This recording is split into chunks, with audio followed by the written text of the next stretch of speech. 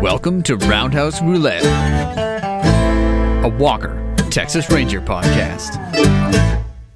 I'm Evan Dalton, here with my brother Adam. Hello. And our brother from another mother, Mr. Bob Leahy. Hey, man. We bring you a very special bonus episode. Our guest today is Fort Worth, Texas native Armando of the Talented Slackers podcast. The Slackers recently completed potting seasons 1 and 2 of Walker, Texas Ranger, and we thought it would be fun to sit down with a fellow Walkerologist to pour over their findings. Many of the main shooting locations took place in Fort Worth, and we're also hoping you can bring us some fresh insights as someone who has possibly had the chili at CD's and lived to tell the tale. What's going on, Mondo? Hey, what's going on, guys? Glad to be on the show. Thank you for having me on. Glad we could finally link up. Yeah, definitely. I've been listening to you guys these last couple of weeks, so it's an honor. I'm really sorry. All right, maybe we can embark on a little journey here with you. How did the Talented Slackers podcast actually get started? Well, let me ask you this. If I were to say Steven Seagal made a perfect movie, what would be your first thought? That's exactly it right there. That's exactly it. So I have a friend out in Oakland who was doing a Van Damme podcast. And, Awesome. He was talking about Van Damme as if he was, many of our childhood heroes. And I was always like, well, I love this movie Steven Seagal made called Out for Justice. So I was like, if that movie had been made today with Ben Affleck in Boston or Mickey Rourke in the 80s, that movie would have been a cult classic. So I was like, I want to do a podcast where I talk about the movies that I love that people hate and tell everybody why I like these movies and why I think they're perfect. And Out for Justice is the perfect "you killed my partner" movie. Gotcha. So that's how that started, and it was me and my brother and a friend of mine who's no longer on the show. We all three sat down, recorded on these snowball mics, and just had a lot of fun with it, and we just went on from there, doing high octane action movies and then comedies here and there, just that's how it all started, really, just me wanting to talk about a Steven Seagal movie. How many Talented Slackers are there? 3 officially. There's myself and Gilbert, who's my right-hand man. And then there's Cisco, who's Gilbert's friend, who became my friend now too. But he's usually the guy that he's our barometer whenever we say something offensive. He reels it back in. Yeah, or I hear him say, "Oh Lord," and I'm like, okay, I now I know where the line is at. So yeah, there's 3 of us, but we have my brother, he comes on every now and then my brother-in-law Alex, who shows up every now and then as well. So there's really like 5. There's a 6th one, a cousin who lives in California, but whenever he comes out here, he comes on. Who was the guy on the Troll 2 podcast? I think that was our guest, Aaron. Okay, yeah. And he had tried to watch Troll 2 before watching it with you guys, and he watched the Trolls movie. Yeah, that's Aaron. He's a good friend of mine. Yeah, I've been telling him to make his own podcast because he's pretty good. Yeah, it was cool, man. Yeah, that was a tough one to get through. Whenever I was researching it, and then I was like, oh my gosh, I just want to get to Sunday to when we record so I can just rip it to shreds, And I was so happy doing that. Yeah, that movie is pretty insane. It is. Yeah. When's the last time you've seen that one? Oh man, I think the last time I saw it was right around when the documentary came out. Okay. Pretty insane. Yeah, it was a pretty insane movie. Oh boy, I saw that as a kid and I was just like, oh, this is horrible. Have you guys seen that? No, I haven't. I'm ashamed I don't to think say. I have. I think I've seen clips of it. Closest I've come is probably Ernest Scared Stupid. I may have to do that one. Yeah, that might have been a inspiration for Ernest Scared Stupid. Probably. So as far as your focus, what are the kinds of films and shows you focus on? You don't discriminate, or are you all for guts and glory? At first, it was all about guts and glory. Arnold, Sly. Sly's my favorite. But, it was all about guts and glory. Now, yeah, we don't discriminate. We all have our own picks. I usually go with what I just watched maybe that week, and I was just like, oh my gosh, I'm going to pick this one. We're going to tear it to shreds. Like, I've got Truck Turner. I don't know if you've ever heard of that one. No. Isaac Hayes movie. Oh, no. That one's on deck for me. And the other guys, they like to choose other stuff. I think Gilbert's going to pick Black Dynamite soon. And, we just do whatever. Just whatever comes to mind or whatever we like. A lot of times we like to do movies that we like to rip to shreds, but then we also like to do movies that we love. Yeah. So it's whatever. It's always up in the air. I recently saw Big Trouble in Little China like a couple of years ago and was totally blown away. I went into it with zero expectations and was just, my jaw kept dropping. Yeah, that was a crazy movie. We did that one too. I think we did that one twice. Yeah, because when Gilbert came around, it was kind of like a reboot, sort of, because we had done like 100 and something episodes already. So when he came on, I was just like, you know what, your views are pretty cool. We can go ahead and do other movies we've done already. So just do whatever, And I think he picked Big Trouble in Little China to do again. You can't say no to that. No, not at all. It's gold.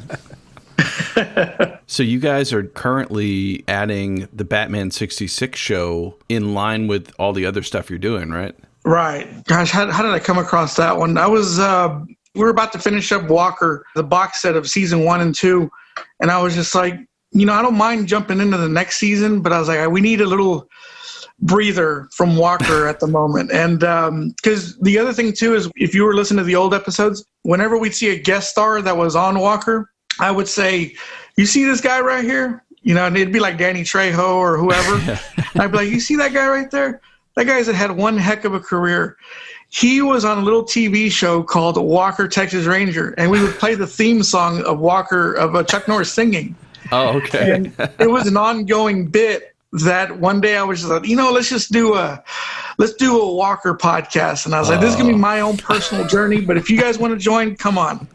And, that's how we did it. And then one day I was like, yeah, we need a breather. And then I was a little inebriated and I saw Batman 66. And I was like, holy crap, this has got to happen. Yeah. There was things that Robin was doing and I was just like, oh, buddy, you are going to get slackerized. so that's how we came across that one, and so far we're having a lot of fun with it. Me and Gilbert are just, it's like when Chris Tucker and Jackie Chan are fighting in Rush Hour. That's how I feel like we're taking on Batman 66. We're just beating the hell out of it. Yeah, I've been following along with the Batman, so it's been fun. So. Oh, man, my hate for Robin. He is terrible. I mean, yeah, I got a friend of mine. He's all like, it makes me laugh whenever you talk about Robin. And so I was like, all right, I'm going to amp it up then. Yeah, that Robin is like totally on the spectrum. Oh my gosh. There's been some moments where, like, God, if I had a Robin and he'd say something like the last episode we did, he was all like, what comes in 12? And he's like, donuts. And it's like, I'd have that look. And I think I said it on the podcast where, I don't know if you remember Tombstone, where Michael Bihn's character shoots the priest at the beginning and Curly Bill kind of just turns like startled, kind of looks at Johnny Ringo, that's his name. He looks at Johnny and he's all like, what the hell, dude? That would have been me. Like, that's my look right there. Every time I hear Robin say something stupid, I'm like, dude, I'm just going to kill you. Just stop. But he's always right. Yeah, that's what I hate about him too. There's one episode where they make him go undercover as like a 1950s bad boy at a soda shop, and his cover's blown because they make him smoke a cigarette, and he starts coughing. So they pretty much knew he was, faking it. And then he's apologizing to Batman, and Batman's like, oh no, Robin, don't apologize. It's to your credit that you don't smoke. Was that the Joker episode? Oh man, I don't remember. He's like, "Hey, Susie, baby." Yeah, Susie, baby. I think he calls him Doll too. Like, That's so oh gross. my god! Yeah, You'll know that. The next episode, we're doing Joker's like infiltrating the school or something, and like I think Robin. I heard he's supposed to be wearing like a leather jacket. That like you were just that's saying. That's it. I think that might be it. So I can't wait to do that one then for sure. Yeah. There's a lot of like similarities with Walker too, really, right? Yes, there is. I mean, the do-gooder hero and wooden acting, you know? Yeah. Oh, yeah. Like the Boy Scout hero. Yes. Ugh. Who's always right and always has the answer, never loses. And you've got, the partner, he's kind of the butt of all the jokes sometimes. Yeah. And you got the old man who's always there for them. Alfred and DD. Yep. And you have the mid-episode shakedown and then the all-out brawl at the end. Oh, yeah. All that's missing is the BAM and the pals and all that. Or heterosexuality. Well, I wasn't going to touch on that, but, it was, there's some things on there. I'm like, okay, all right. Sure. He doesn't even try to cover for it. I don't know. Well, you can probably see from behind Adam, he's at no point in time is he ever more than 4 feet away from some form of Batman memorabilia. So Batman 66 is like one of the first things that went on Adam's wedding registries, actually. Oh, wow. Yeah. The Blu-ray came out the year we got married, so that was instantly on the registry. Oh, wow. So, yeah, I think I got the first season for my birthday once and loved it. And then I was just like, yeah, it's got to be on the podcast. Yeah. And I also grew up watching, the TV show when I was a kid. So seeing Michael Keaton play Batman in '89, I was like, wow, this is totally different. He can be dark. Yeah. He's not spraying a spray paint can on a shark. Yeah. Yeah. Which we're also thinking about doing the movie as well before we move on to the second box set to Walker. Yeah, man. So we're probably going to do that one for sure. Did I see you also do like film work as well? Yeah. I did 2 short films. The first one is called Bobo, and the other one's called The Park. And The Park is a sequel to the Bobo. It's about a guy who goes on a date, messes it up. It's kind of autobiographical because I was at a store once and the lady says, would you like to donate to this so-and-so charity? And I was like, I did that last week. And she's like, oh, well, we just started this today. And I was just like, oh, shit. So I paid, I gave him, I hate being that guy that says, no, I don't want to do it. Yeah. I hate being that guy, but I'm also like, yeah, gosh, I donate all the time. I go to a store, So some guy in the back who was in line, he's all like, hey, buddy, can you hurry up? And I was just like, yeah, here's $5, So in the movie, the guy's out on a date and this girl's flirting with the waiter as well, which also happened. And, he's all like, oh, would you like to donate? And he's like, yeah, I donated last week. And the girl's all like, well, my dog has that sickness too, so why aren't you donating? And, it kind of just all goes into a big quicksand problems for him on that. And he ends up killing her dog on accident whenever she brings him home. And and then when they're at the funeral, they're at this cliff. He's there at the funeral. And crazy thing about that is my friend who co-wrote it with me, he was all like, well, I wrote that part of him being there as him saying an F you to her. And I was like, well, I saw it as like he still wanted to get laid. Like we're all about that, right? And so the movie, I made it, we finished it, and I took it to places to be viewed.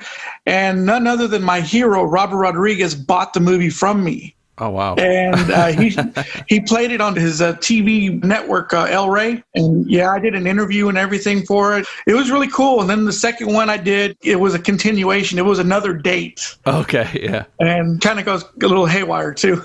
Awesome. Are those available to watch somewhere? The first one isn't. Robert Rodriguez owns it, so I don't know what he's doing with it. The second one is on YouTube. Okay. If you go to Turtle Moon Films, you'll see it on there. It's called The Park. Awesome. We'll have to check that out for sure. It's fun. Just stuff that I was like, hey, I got some experiences. Let's go ahead and do this and that. I've got a lot more in the can, just waiting to film, Awesome, dude. Yeah. Using the time wisely here. Oh, yeah, definitely. I've written a few scripts already. Our script writing is pretty much limited to this podcast. Yeah, there for a while I wasn't writing anything because I was like, I just want to do the podcast. I got different ideas to do this and that, and I was even going to do a spinoff on The Shield, with the podcast. Mm-hmm. But then I was like, I got to write. I got to get some things out of me, Yeah, Totally. So Totally.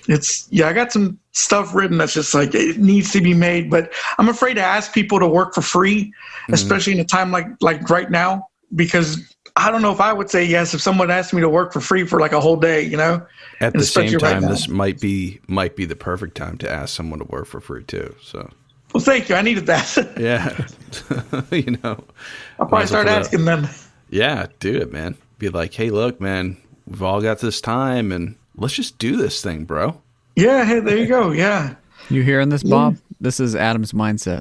Yeah, Bob, you're never getting paid. I would hope not. But no, yeah, I mean, that's a good way to do it. Let's end this crazy time with something new born out of this. Yeah, we would have never done this podcast if it hadn't been for... We started this in late March, right? Yeah. We're like, guys going to be home for a while, huh? Okay.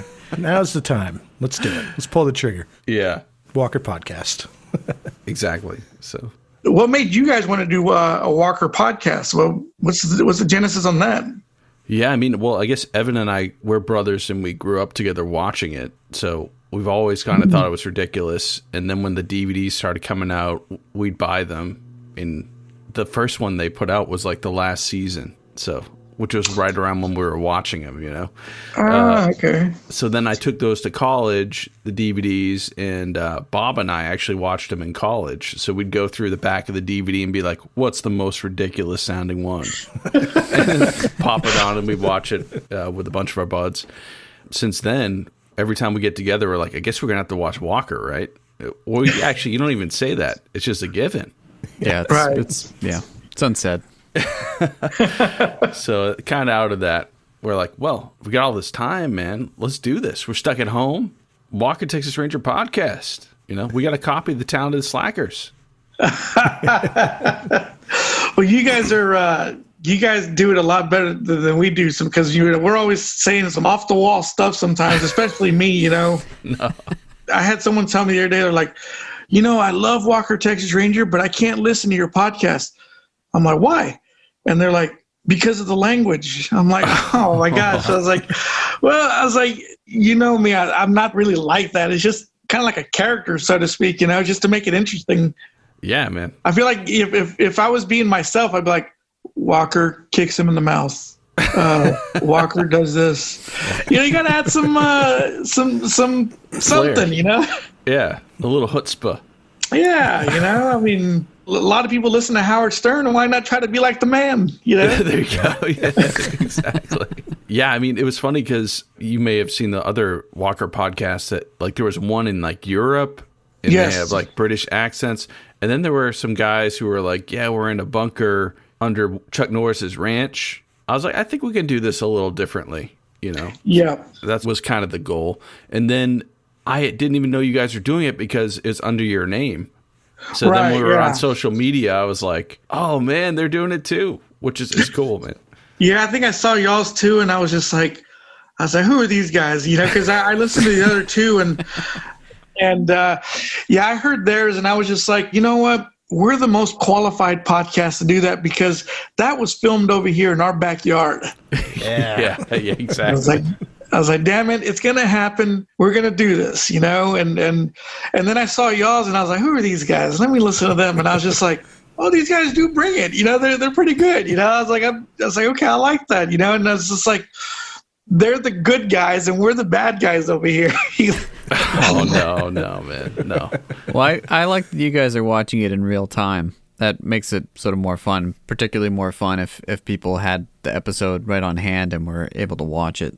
For us, we end up over-analyzing the thing for 2 hours, and people end up spending way longer learning about the episode than they do actually watching it.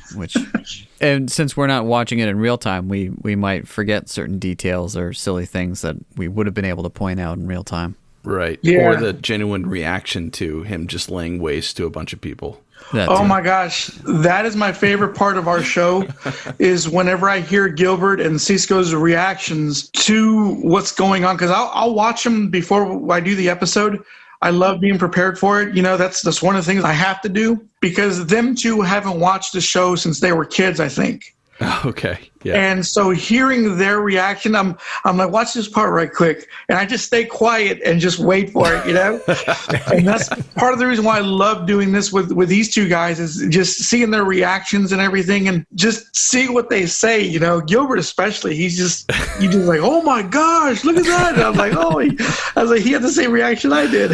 Yeah. So it's like, we kind of like to keep it like three guys sitting on the couch watching TV and having fun, Yeah. That's how I like to do it sometimes, just make sure we keep it lively and everything. But yeah, it's a lot of fun. Yeah, I know a lot of people. I tell, friends of mine, and I say, hey, I have this podcast, you should check it out. They always immediately think that we watch it in real time. And I'm like, no, but that's probably a better idea.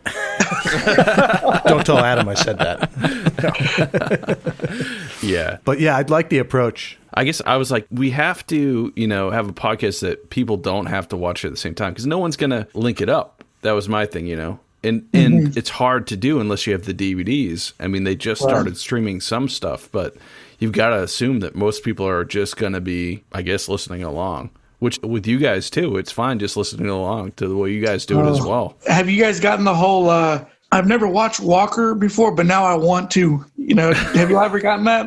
I've got it from one friend of mine who actually I just talked to last night that was like, he watched a few, and he's like, now I'm getting caught up. And and he's like, now I have to watch these. And I think he mentioned, he's like, well, maybe I don't really need to watch them.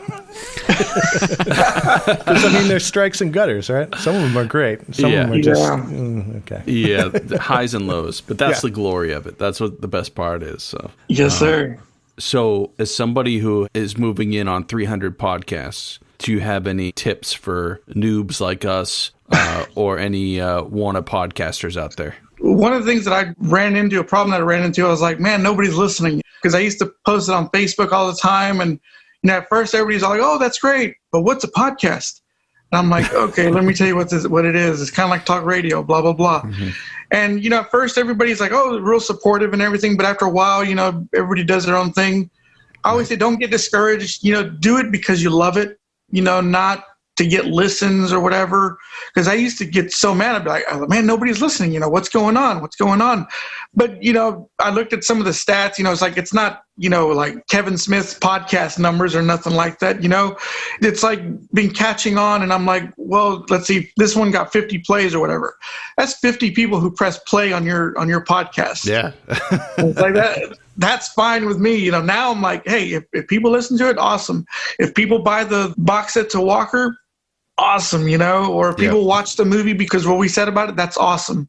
The best thing I can say is do it because you love to do it. After almost 300 episodes, I'm still like, oh my gosh, I can't wait to do another episode, Yeah. So it's still fresh for me. I still love it. You just got to love doing it. I think that's solid advice. Just do it because you love to do it, not because of plays or you think it's going to make you famous or anything, If it does, cool. But I think I'd probably be canceled right away if you got famous.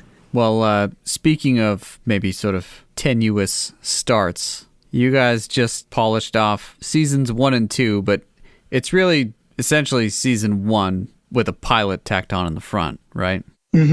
And I'm pretty jealous because I consider that like pretty fantastic Walker. And we really have only had, I think, only one episode so far randomly selected from, I think, season 2. So I'm wondering if you maybe were able to recognize some themes in the first couple seasons, or maybe give us some warnings or pointers as far as what we can expect. Lots of freeze frame endings of Walker and them laughing at Trevette. That's a big theme I've been noticing. We love the freeze frame. Yeah. We love it. Yeah. We live for it. And, one of the things that's very comforting about that is that, because we just did an episode on Tony Scott, and he once said that whenever things go correctly on his movie, or if he loves the way the movie was cut, he'll end it with a freeze frame. So every time I see a freeze frame at the end of Walker, I'm like, this movie was made with love, or this movie was made with love. So that's real comforting every time I see that. And what are the themes that we've noticed? Oh my gosh, I wish I had Gilbert here too. But there's always a lot of butt kicking, but with a lesson after each one. I don't know.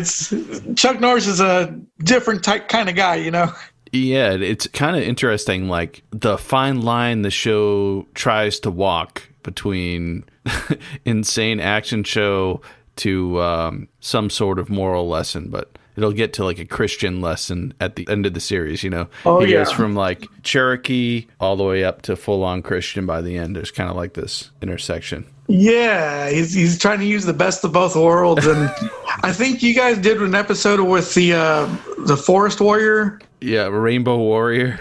Yeah, the Rainbow Warrior, and I'd mentioned to you guys, like, yes, I think they were trying to knock off Steven Seagal's movie On Deadly Ground, because that movie was supposed to be called Rainbow Warrior.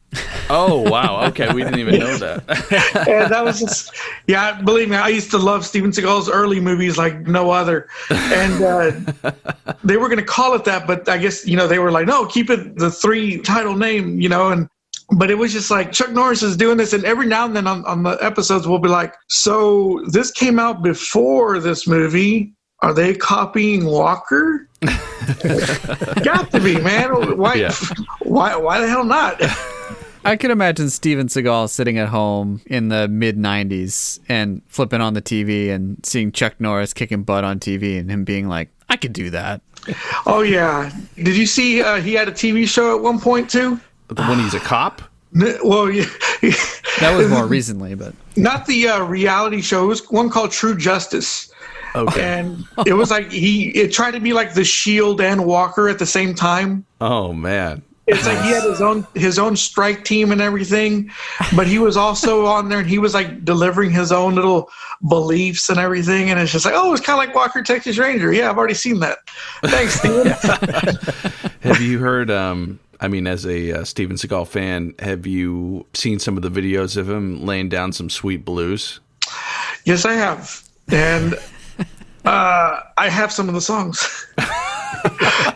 That's all I'm going to say about that. So you are like one of the few people that has his CD. That's what you're saying. Yeah, no, yes, whatever. Autograph?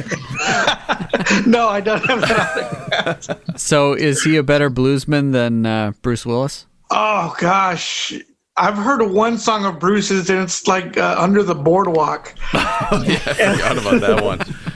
And it was like, I kind of like this song. This one's all right, you know? And I showed it to a friend of mine. He's like, what the hell did you just have me listen to? I said, that's John McClane, man. That's Bruno. So, Speaking of which, have you seen the new Die Hard commercial? I did. I was a little disappointed. I was like, oh, are we getting another Die Hard? That's awesome. And then that happened. I was like, oh, okay. Clarence Gilliard's back, man. Yeah, I did like that. And it's funny. I think it was Cisco or Gilbert. They were like, hey, wasn't he in Die Hard? And I was like, yeah, man, that's Trevette, man. You know, like, and whenever I watch Die Hard, every time I see Clarence Gilliard, I'm like, man, that's Trevette, man. He's gotten cooler in Walker. Yeah. Because we love the way he transitioned from computer nerd to cool Texas guy. And he's still a computer nerd on the show. Apparently, like, whenever, Walker has any trouble with computers, Trevette's his guy. Yeah. Yeah.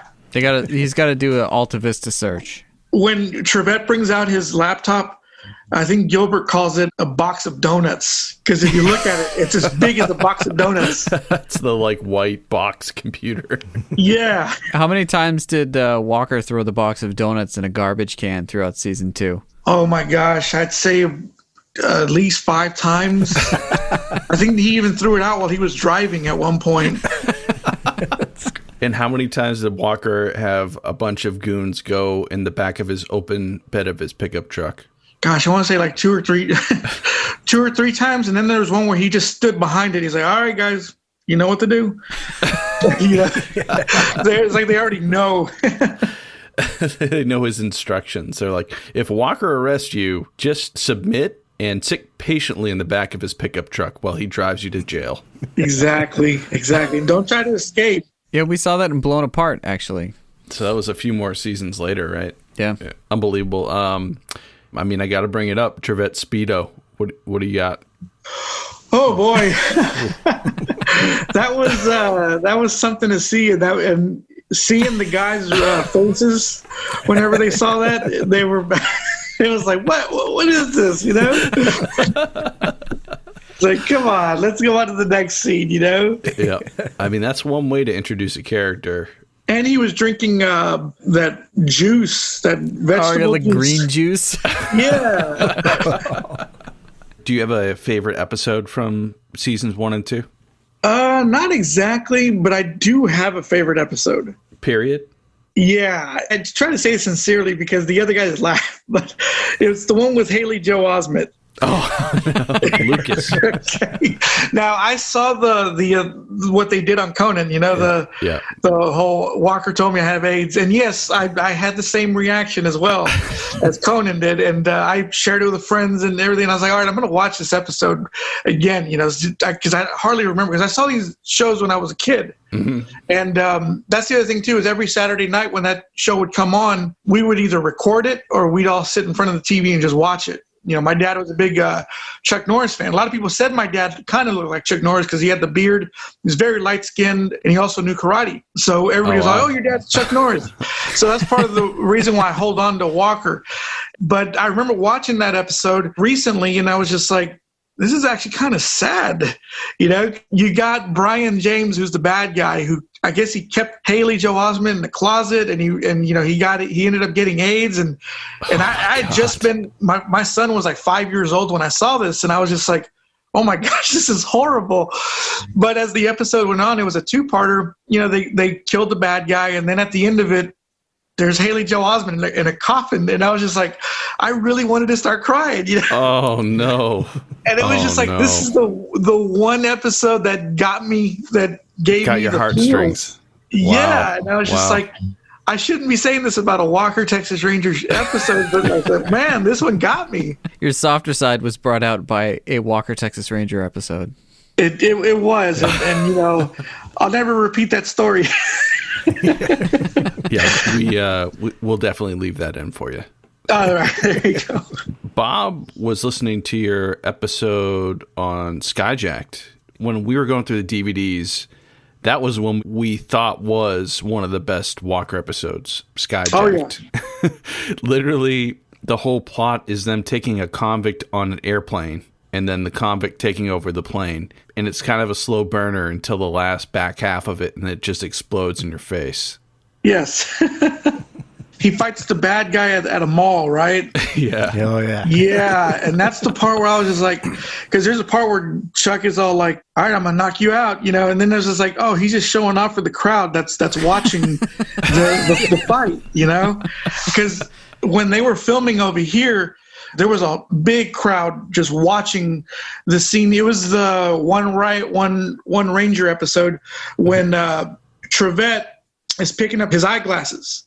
Like he beats up a bad guy and then he picks up the eyeglasses, and then the original CD tells him, hey kid, you know, you did good, blah, blah, blah. We were all watching that, and Chuck Norris's stunt double, I think it was his brother or someone that looked exactly like him. I think it was his brother. He was standing to the side, and everybody was like, oh, there's Chuck. And, you know, he kind of was playing up to it too, you know, smiling and you know, waving everybody. That's not Chuck. That's not Chuck at all. But Clarence Gilliard, I saw him there, and you know, we're all just watching this, and he's fighting the bad guy, and he's doing his thing to look good. So every time I see a scene where Walker's fighting someone and a crowd is around him, it's like, oh, he's playing it up. You know, he's doing his thing for the crowd. Man, so you were actually saw some of the pilot being filmed? I did, yes. Oh, wow, man. That's awesome. Yeah, and I want to say about 11 or 12 when that was happening. Crazy. And yeah, wow. It was pretty cool. It was like one of the biggest things that hit Fort Worth over here. You know, they were like, oh, they're filming Walker over here, the new Chuck Norris show. So, of course, you know, we went out and saw some of the filming. That's killer. Yeah, it was pretty cool, you know, and everybody around here has a story about the show, too. Mm-hmm. Everybody's all like, oh, yeah, they filmed that over here. They filmed that here. Everybody I know has a Walker story to tell. That's your Walker story. Yeah, that's my Walker story, and it's been in my heart forever. Were any of your dad's friends or anyone you know's parents cast as bad guys with plaid shirts, or like crazy mullets and dad jeans, and the one prop Uzi? No, but I have a lot of friends who say that their friends were on the show or their house got blown up for the show. We're going to buy your house and then blow it up. Yeah, Wow. It was one of those things like, I think it was this one couple, they said that they were going to sell their house, and then NBC or whoever it was that was doing the show, they contacted them and said, hey, we're doing an episode of Walker. You mind if we blow it up instead? And they're like, yeah, sure, So, yeah, that's how some of that happened. Oh, my gosh, that's amazing. What do you think about their depiction of Latino gangs? Is it accurate? I'll tell you this. I'm definitely not one of those people that gets all riled up of how Latinos are depicted in movies, unless it's a very horrible depiction, like we're nasty or poor or anything like that. But let me tell you something. Growing up over here in Fort Worth, yes, those gangs were around, and they did make some people's lives a little horrible. Like the new Rambo movie that just came out, everybody's like, oh, it's a MAGA movie. And it's like, whoa, I kind of wish someone like Rambo would go out there and do that with some of these cartel guys. So let's not kid ourselves. There are people like that out there. Yeah. So, but there was an episode of Walker where I forgot what the name of their gang was. But I was like, I never thought I'd live to hear Chuck Norris say that in Spanish. And it was the name of that gang. I think like the Vatos Locos or something like that. Yeah, we just did that one. Yeah. The crazy dudes. Yeah, Yeah. The acting's horrible though from the gang members though. But that's how it is, man. So, I got no problem with that. It's like, hey, yeah, kick their asses, do whatever you got to do. Oh my gosh. Yeah, I mean, we had to count how many times they said Holmes and essay and all that stuff because that seems a little extreme. Believe it or not, that's how they talk. All right. That's how those gang members talk over here. It's like I get called Holmes sometimes, and I'm like, oh, hey, I didn't know I was in your gang. Like, okay, wow. They'll call me Holmes or essay, or the other one, the new word everybody's using now is way. In Spanish, it means like stupid or something, but that's the word some of these guys use now a lot over here. So we'll probably see that in the reboot of Walker, right? Oh boy, probably. But they're filming in Austin, so I mean, I don't know, because Austin is a different world over there. When we come back, we'd be remiss if we didn't talk Walker, Texas Ranger filming locations with this Fort Worth, Texas native. Don't go away.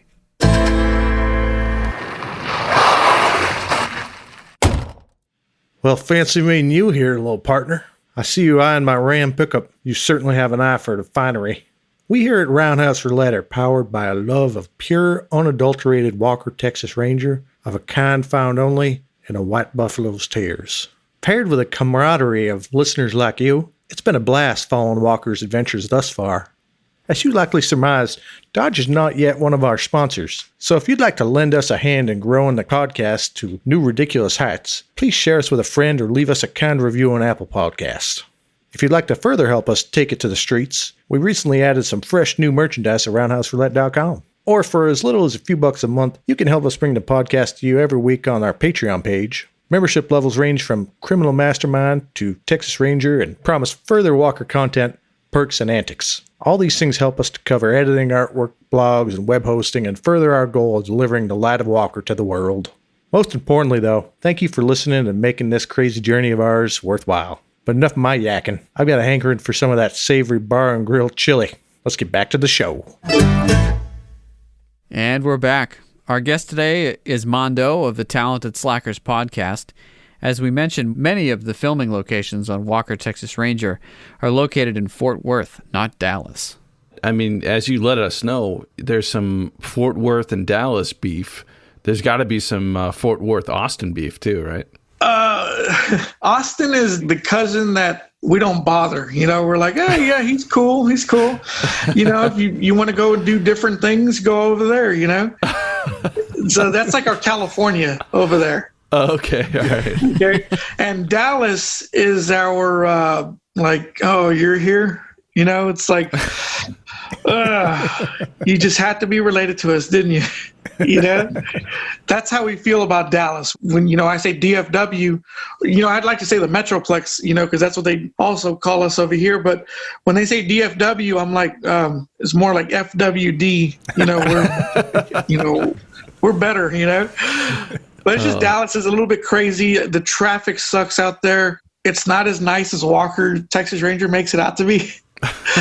But, they've got their own thing out there. They got the Mavericks and everything. But Fort Worth is just a little bit more calmer. Is that like 30 minutes from Dallas? Yeah, I would say so on a good day. No traffic. Yeah, no traffic. Yeah, about 30 minutes. Yeah, because they talk about like Walker driving to CDs, which in the show is in Fort Worth, at least canon. So he's driving back and forth all the time. And I was always like, okay, is this even possible? But I guess that makes sense. Well, see, the thing is with that is that the courthouse that they film at, the main one where Alex and everybody just comes out of, that's in Fort Worth. Okay. That I actually got married there. And and it's funny, I mentioned on one of the episodes, I proposed to my ex-wife on top of a parking garage where we could see the moon and everything. It's weird. And then we got married at that courthouse, and I got divorced across the street from the courthouse. So it's everything you need to get married and all that is right there. Oh, wow. One-stop shop. Yeah, the courthouse is in Fort Worth. It's literally like, if you were here, we'd be at the courthouse in like less than 7 minutes. And CD's bar is down on Main Street, which is like maybe about 5 minutes away from the courthouse. But there's been some times on the show where I'm like, they had to have teleported to have done that right there. Because there's a moment in the second season when Walker's chasing a bad guy. You see the Dallas skyline, and then the next shot, they're on Main Street in Fort Worth. I was just like, that could not have happened. That definitely could not have happened. So that's what I love seeing, the geography of it too. What the devil are the Fort Worth stockyards? The stockyards is this one stretch of road. It's for all the tourists. You want to get yourself a good steak, you can get one at Cattleman's, and it'll cost you about $60.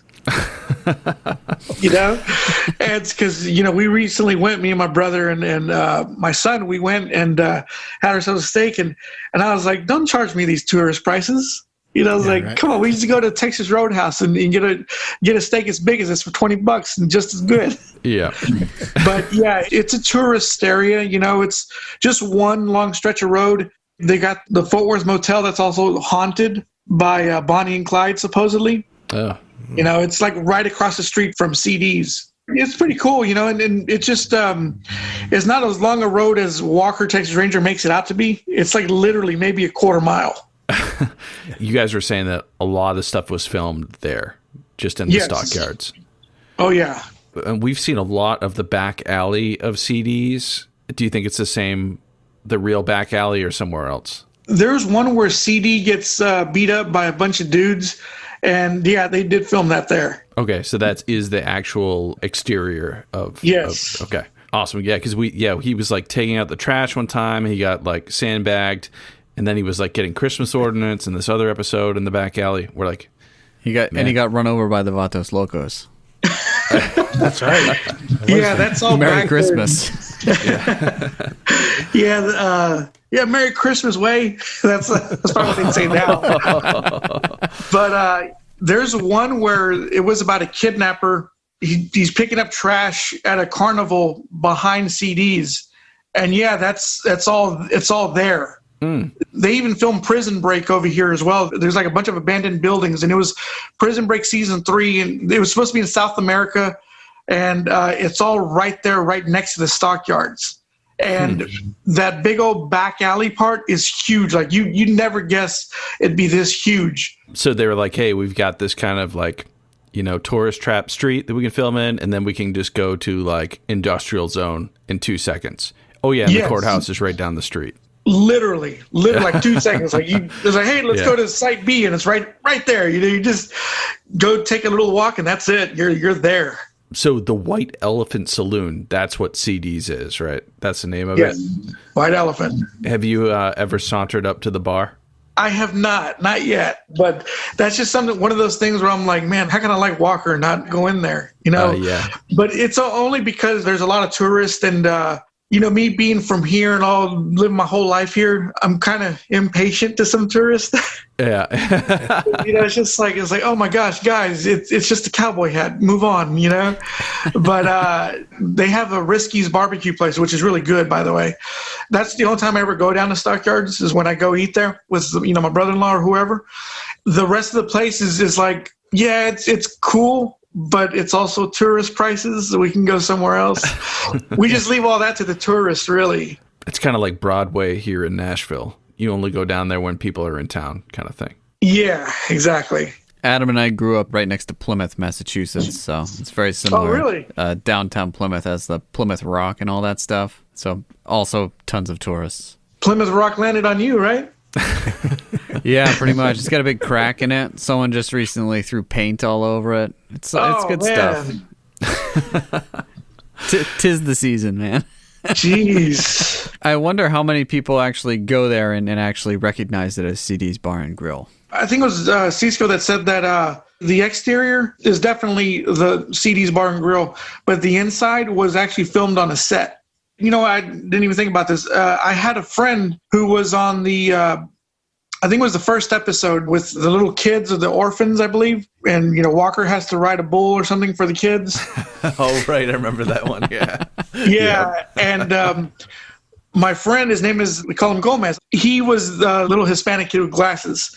I remember talking to him about that because he told me that his sister was on the show Barney as well, because they filmed that over here too. All right. Yeah, don't ask me about that though. They were little actors, and he got on the show, and he told me that he went back into that bar, and it doesn't look the same. That was the episode where Trevette was the rodeo clown, right? Yes. They both jumped towards the camera in a freeze frame too. Yeah, that is a sweet freeze frame. And it's also Chuck Norris' stunt double, if you notice. Oh, no. I can't wait to get to that one. That's going to be awesome. And if you watch that one, the bad guy is Marshall Teague. Is he in a few of them or no? Yeah, he's in a few of them. And he was also in Armageddon. He was one of the pilots to, I think it was the Independence crew. He's the one that says, oh my God, this is it. Right before their ship crashes into the debris. He actually lives around here. And my brother-in-law knows him because of where he works. And he said that he told Marshall Teague, he said, I watched that episode where you fight Chuck Norris. He's like, come on, you could have given him a better fight, right? And Marshall Teague says, well, you got to understand, it was Chuck Norris's show. Right. So he's like, so I had to abide by what they said. And he said that him and Chuck would spar every now and then, and that he'd give him a run for his money. Oh, well, wow. he faced off against Swayze in Roundhouse. Yes. That was fun. We did that movie, and that was fun. Oh, yeah. That movie is also one that seems innocuous when you first get into it and is so over the top and awesome. Isn't it? Oh, my gosh. We had a lot of fun with that episode right there. It was great to watch Roundhouse. Well, Patrick Swayze's character his name is Dalton, so that's our last name. Gotta love that. I always thought of him as a Bruce Lee type of guy. Like if Bruce Lee was still alive, he would have played that part. Like he's a philosophy major and all that. He's don't fight unless you have to kind of thing. And I was like, that's Bruce Lee, man. But you mess with him, he'll rip your throat out. That's right. Yeah. You watch the show Parks and Recreation? No, but gosh, everybody tells me I should. There's a scene where Chris Pratt's character, who's like this bumbling guy, is trying to entertain people, and he basically just recounts action movies, and his recounting of Roundhouse is nothing short of epic. Oh, wow. I gotta watch that then. Yeah, I was I watched the first few episodes of Parks and Recreation. I was like, oh, this show is terrible. It's like a ripoff of The Office, which is good. So I didn't power through, but when you guys were down here, Bob, you were telling me, oh, no, you got to power through. It kind of grows on you, but it's got some funny stuff in it. The first season kind of blows, too. Even the second season. I think, it takes a while. And now when all you've got is time, right? Right. Now's the time to give it a chance. Now's the time to catch up on your stories. Sure. I just finished Justified, and I also watched Stephen Dorff's Deputy. So I was like, okay, these guys are kind of like Walker, but with an edge. Like, what is the new Walker going to bring that's fresh? Man drama. Yeah, I don't know. Yeah, what are your thoughts on the new reboot?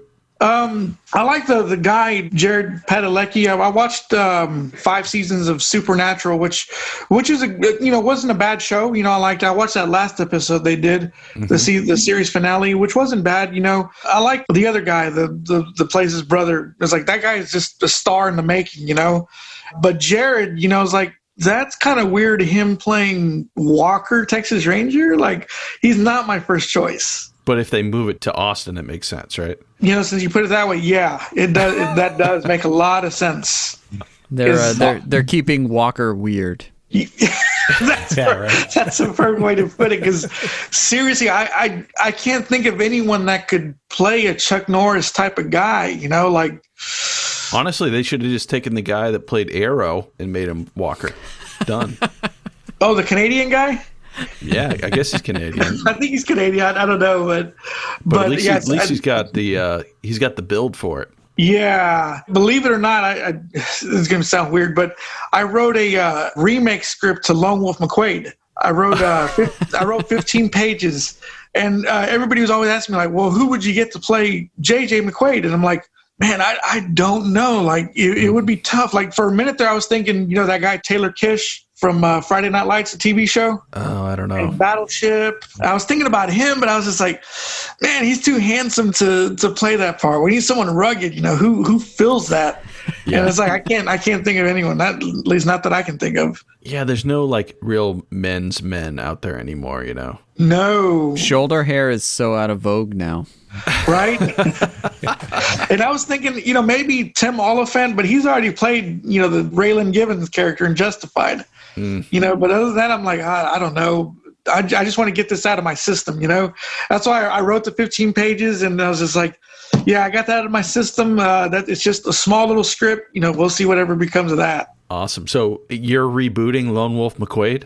I had an idea to remake it, yeah.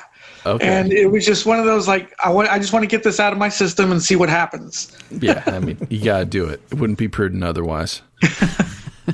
I wanted to ask, we hit a few locations that I think are real in some of the episodes. I just want to, free association. Okay.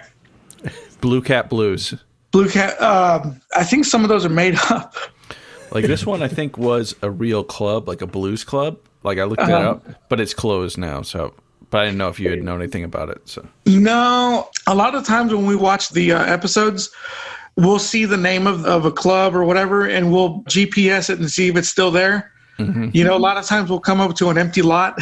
That's basically the whole Walker thing, because it was like 93, 94 through 2000 whenever these shows were being filmed. So, yeah, there's a lot of places on that show that's just not there anymore. This one was like, it looks like the location looked like it might be different from when it was on the show, but it had the best name. It was the Velvet E, otherwise known as the Velvet Elvis. Oh, my gosh. And it looks like it's in like a strip mall now, but it looked like it was in some cool old theater when it was filmed for Walker. Sounds like a strip club to me.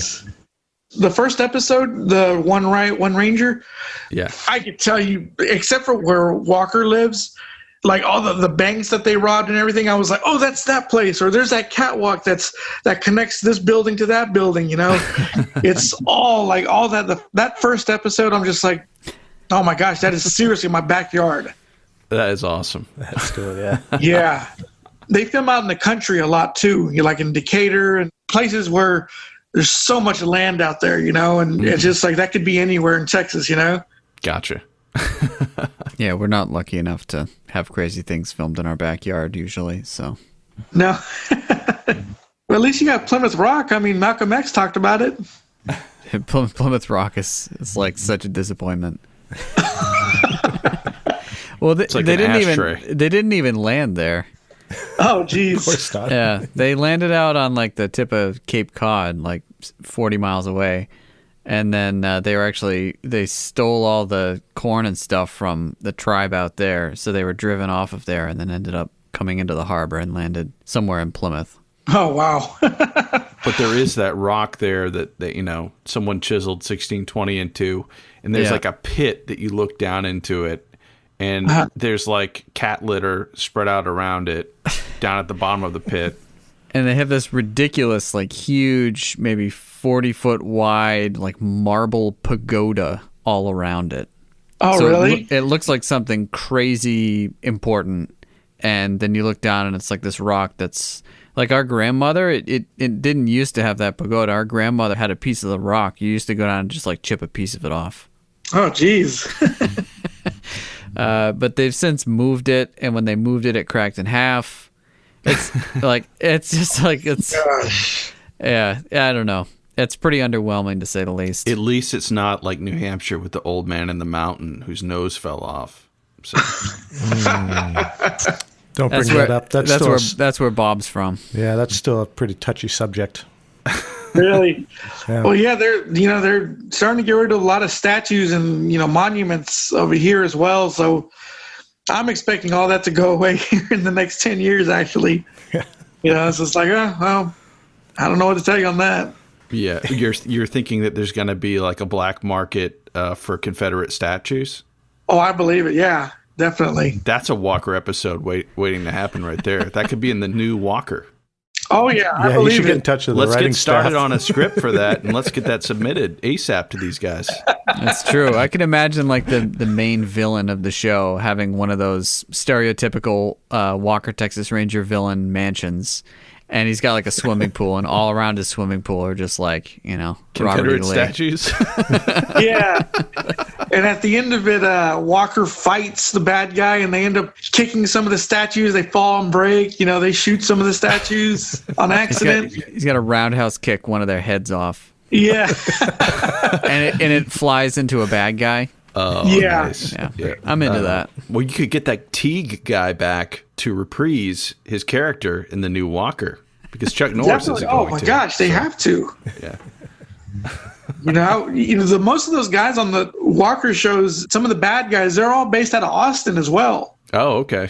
There is a few bad guys that keep coming back. Like one guy, the actor's name is Blue Deckard. Oh, we've seen him in a couple episodes. Yeah. He was in the show Friday Night Lights as well. Friday Night Lights was filmed in Austin as well. Okay. And it's Blue Deckard and the guy who plays Buddy Garrity on the TV show Friday Night Lights as well. He's also on a lot of Walker episodes. I wouldn't be surprised if they show up in the new show. That'd be interesting. Yeah, I mean, I'm going to give it a fair shake. Me too. I definitely will, but it's also like, hey, took it away from Fort Worth. I guess I got to be cool with it. I mean, I have to imagine they're going to take martial arts out of it as well, which is kind of one of the most amazing things about Walker is just how inexplicably a Texas Ranger also just knows like martial arts, and half of the main villains, they just dabble in martial arts. Yeah. They get fighting stances and everything, and it's just like, this guy knows Taekwondo. Okay. Yeah.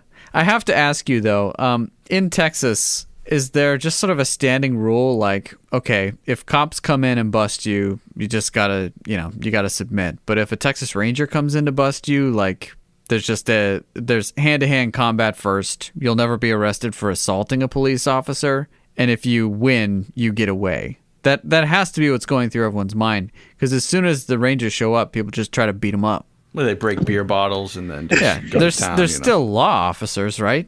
Let me tell you something. When a Texas Ranger comes into your house and you beat him up, that is something to brag about. So it's bragging So rights. that's why people, makes sense. Yeah, I would gladly go to jail afterwards, but I'd be telling everybody, hey, I beat the Texas Ranger up. And I get street cred, okay? I'd be Scarface. No, That makes a lot of sense. No, but actually, tell you the truth, with Texas over here, especially with the way the country's been going, a lot of Texans over here really, really respect the blue. Yeah, so okay. if we saw a Texas Ranger, but yes sir, no sir, unless you're high on meth, then I don't know what to tell you. Well, then you might be in a Walker episode. Yeah, exactly. Yeah, except it wouldn't be called meth. It would be called something like Black Cheetah or something. Or Silk.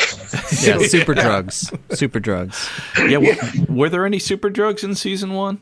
Not that I remember. The craziest thing I remember from season 1 was that it was like they put this bomb inside this bug-looking thing, and Walker throws it out the window and everything, and it blows up his office or something. And that was like the weirdest thing I remember seeing.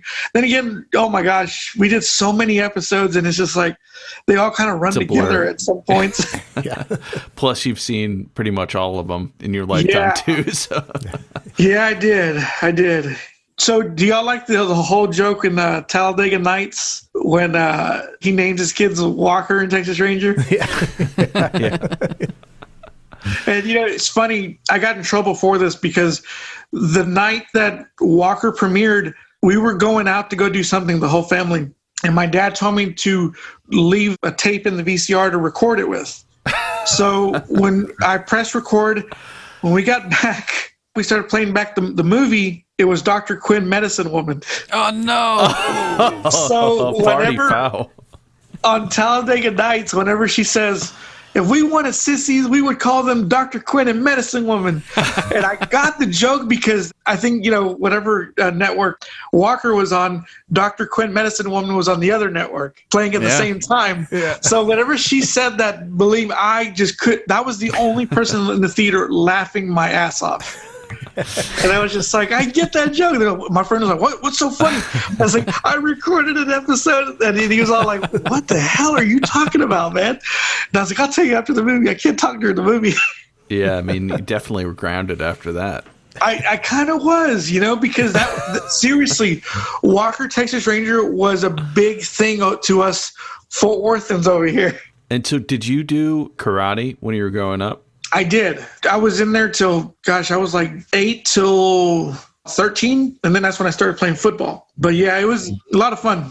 So I would assume that, Chuck Norris, if he's in the area, he's going to swing by some local dojos, right? Oh, probably not anymore. But yeah, he... At the time, maybe. At the time, yeah, maybe. That would have been really cool to have seen him come to our dojo because my uncles own a karate dojo. Oh, okay. And that's how I got into it. My dad did karate for his whole life. And so I got into it because of him. But then when football came around, I was like, I like football more, Mm-hmm. My other uncle loved Bruce Lee, though. And it's crazy. I'm really not kidding you here.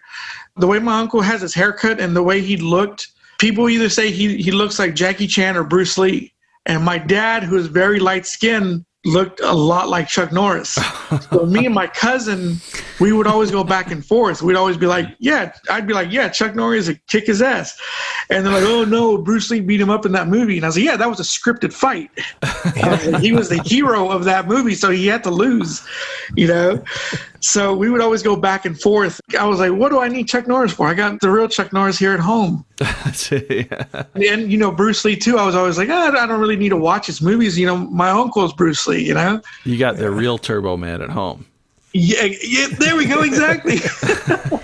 It was just like that. And it was so cool growing up with them. Whenever I'd take class, I'd be like, oh my gosh, my dad's going to teach. He's going to go harder on me than everybody else. Because that's what he always wanted to do. He always wanted to make sure he went harder than me because he didn't want the others to think that he was going to take it easy on me just because I was his son. Yep. So he always went harder on me. And it was a lot of fun, though. So he gave you a few extra roundhouse kicks? Did you ever see The Karate Kid 3? Oh, yeah.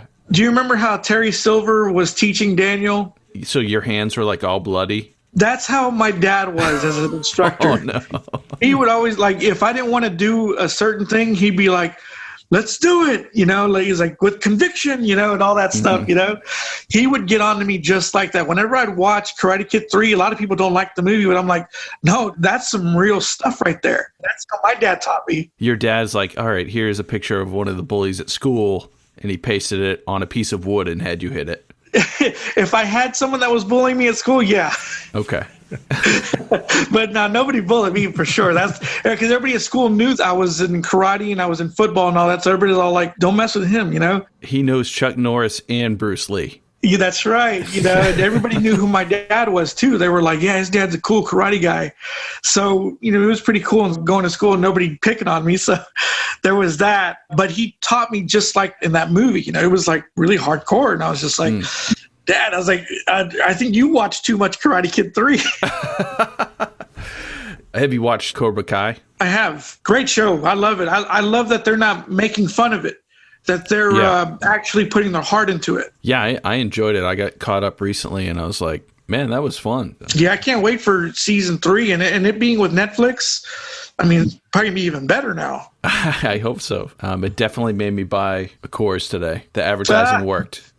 That's funny. That's what he drinks throughout the whole show, right, Johnny? Yeah, he's just pounding them. Pounded banquets. So maybe you can clear this up for us, as you have some karate background. It's weird because I'm not really a movie guy. I was more of a music guy growing up, so I know a lot about that stuff. So I don't watch a lot of movies or TV, but I am passionate about Walker, Texas Ranger as an entity. Clearly. and karate. I mean, I don't know anything about karate, but somehow this show just captivates me. But as we're like three guys who know nothing about karate. Wait, Bob, did you do karate? No. All right, so three guys that know nothing about karate. Okay. We're tasked with counting the number of roundhouse kicks in each episode. That's something that we have tasked ourselves with, and we're just trying to bring this statistical data to the world via the website, but we don't technically know what a roundhouse kick is. I'm glad you brought that up because everyone thinks that the spin kick is a roundhouse. Mm-hmm. Right. Okay? The show, It's Always Sunny in Philadelphia. It's amazing to me because how smart that show is. Because they're a bunch of idiots on that show, right? They're playing a bunch of idiots. There's a part where he goes, I'm going to get this door with a sweet roundhouse, and you're just going to bust in and take whatever we need from there. And so he does a jump spin kick. And every time that he says that, I'm like, that's not a roundhouse, but it fits the show. And I'm like, that's funny. That's funny him saying that. But a roundhouse is basically like, if you kick with the left leg, that's like your jab. Okay. In boxing terms, basically. The roundhouse is like you turn your hip towards your target and just kick the hell out of the person in front of you with your right leg. To me, a layperson, it's like, okay, that's just a kick. It's a kick, but it's supposed to be your very strong kick. Okay. Can it be called a spinning roundhouse? It'd be like what's his name, Ryu from Street Fighter. It'd be like a spinning kick. I mean, you can do that, but he also shoots out Haroukens, I think. Yeah. You just have to use it in the right moment. All right. So, well, I guess for our statistical purposes, we're doing the spin kick as a roundhouse kick. So we're already off to a bad start here. We should put an asterisk. I have not been keeping track of what leg he uses either. We're going to have to go back and... I mean, it's false marketing. It's called a roundhouse. He's got to spin around, Oh, believe me, when I was in karate and, I was starting out, people were like, hit him with the roundhouse. And I'd do a spin kick and, they'd hit me in the chest and I'd be like, I did what you said, Like, no, a roundhouse, man, a roundhouse. So I, too, was always confused back in the day. Yeah, roundhouse is the worst name for that kick. Man, we're going to have to rethink this whole podcast name. Spin kick roulette. It's not like Walker doesn't do roundhouses as well. That's right. In fact, in our last episode, the one with Mila Kunis, when Trevette is training the kids, he's teaching them how to do kicks. And they do a, quote, roundhouse, but they're not doing a spin kick. They're just kicking the pad. Right. Yeah. So there we go. We got our answer right there, and we just didn't want to hear it. Yeah. We didn't want to hear it. Tell you the truth, Roundhouse Roulette is actually a good name because whoever gets the bad luck of getting that kick, it's going to hurt. Yeah. Because if you land that kick really well, you're going to do some damage. I've always said the spin kick is probably the worst kick you can do, especially in a street fight, because if the other person catches on to it, that you're going to do it, you're going to be in a lot of trouble when you turn around. So I always said never do a spin kick in a street fight unless it's a finish him move, It's like, and this one's for the policeman's family. Yeah. Yeah, he often does the spin kick into a pile of boxes or a plate glass window or through a door. And yeah, that's the perfect time right there. But a lot of people, like when I've seen a bunch of people fighting, they try to throw the spin kick, especially in tournaments, and I'm like you're gonna get hit in the face. You're not throwing it correctly. And that's one thing I always notice about Walker too is the fight scenes is sometimes a stunt double of Walker really throws good kicks. Now the other guys, the bad guys. they need a little bit of work. Yeah. Like Gary That's Busey. one thing I always look for. Well, yeah, thanks for clearing that up for us. We haven't been able to talk to a professional here. I'm far from it, man. But seriously, though, a good roundhouse to the face, man, oof, gosh. Yeah, I wouldn't want to play roundhouse roulette with anybody. Especially Chuck Norris. Oh, gosh. No, I'd be knocked into tomorrow. Well, man, thank you so much for hanging out with us, dude. Yeah, thank you for having me on, Where can folks catch you guys on the socials and listen to the Talented Slackers? You can catch us, really, we do our social media with Twitter. So if you go to @TalentedSlacker, without the S at the end, you'll find us there. I'm the one that's running that profile there. And you could hear us on iTunes, SoundCloud, or whatever podcast. I don't think we're on Spotify. I don't know. But you can hear us on that and catch any of our episodes. Just be forewarned. We got pretty foul mouth sometimes. And how often do you guys pod? Well, we do it every Sunday. We record, Batman 66 and the movie, whatever movie that we're doing, we record on Sunday. I release the movie on Sunday, and then I release Batman on Wednesday morning. Okay, awesome. Wait, today's Wednesday, right? Yeah, bro. So I got to release it. I got to release Batman today. Well, many thanks to all of you out there for joining us for this special edition of Roundhouse Roulette. As always, let us know what you thought on Facebook and Instagram at Roundhouse Roulette and on Twitter at @RoundhousePod. And be sure to rate and review us on Apple Podcasts or wherever the heck you get your fine podcasts. We'll soon be back in your podcast feed, recapping and reviewing yet another action-packed roulette-selected episode of Walker, Texas Ranger. Armando, can you take us out? All right. Well, may the eyes of the Ranger be upon you. Nailed it.